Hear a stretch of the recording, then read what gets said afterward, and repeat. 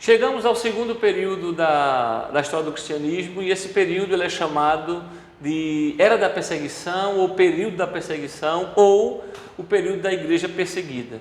E como já foi dito, ele vai do ano 100 até o ano 313.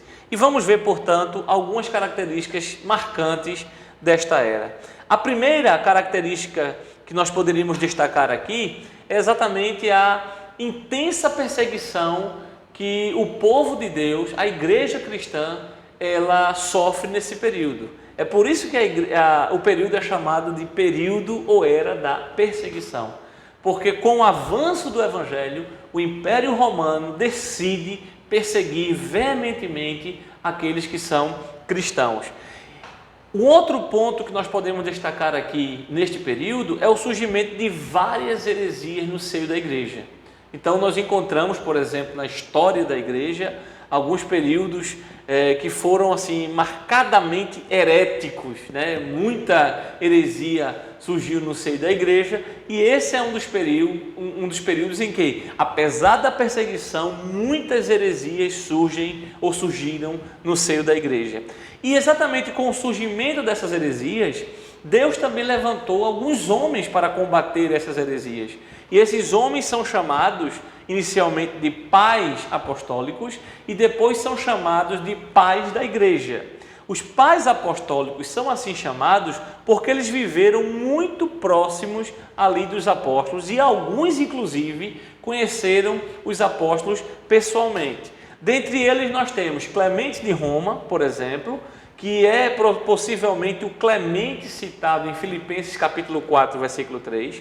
Nós temos o Inácio de Antioquia, que tem sua vida marcada no âmbito da história do cristianismo por sua veemente luta contra os gnósticos, que era um grupo herético, defendia heresia no seio da igreja. Nós temos Papias, que para defender a fé cristã escreveu uma coletânea de logias do Senhor. Logias é ditos, de frases do Senhor.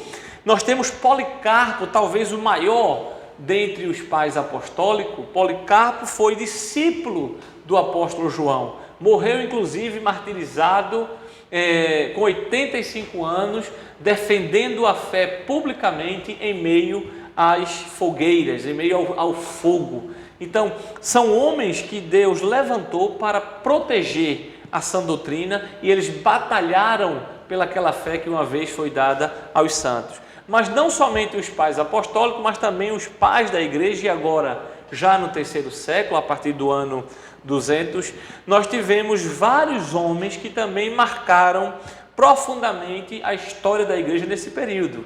Alguns deles, inclusive, já conhecidos de todos vocês. Nós temos Irineu, que foi aluno de Policarpo, aquele que havia sido discípulo do apóstolo João. Irineu se caracteriza por ser um combatente também contra o gnosticismo. Nessa época, o gnosticismo era muito forte.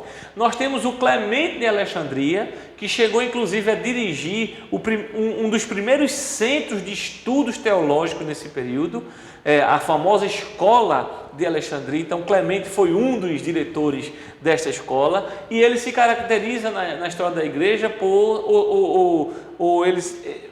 é marcado, vamos dizer assim, como um grande na história da igreja, exatamente porque ele defendia um método alegórico. Quem estuda hermenêutica sabe que Clemente de Alexandria desempenha um papel importante na história da hermenêutica, ele juntamente com toda a escola de Alexandria.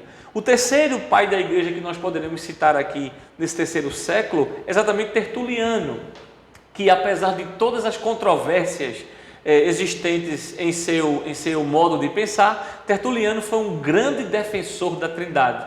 Aqui nós vamos ver um pouco mais adiante, já começa no seio da igreja algumas discordâncias com relação à Trindade, as chamadas controvérsias trinitarianas, e Tertuliano foi um dos que alçou a sua voz para defender a doutrina bíblica da Trindade. Deus é Pai, Filho e Espírito Santo enquanto pessoa, mas um único Deus enquanto essência. E por fim, para fechar esse período, nós temos Orígenes como aquele representante, talvez um dos maiores representantes dos pais da igreja no período da perseguição.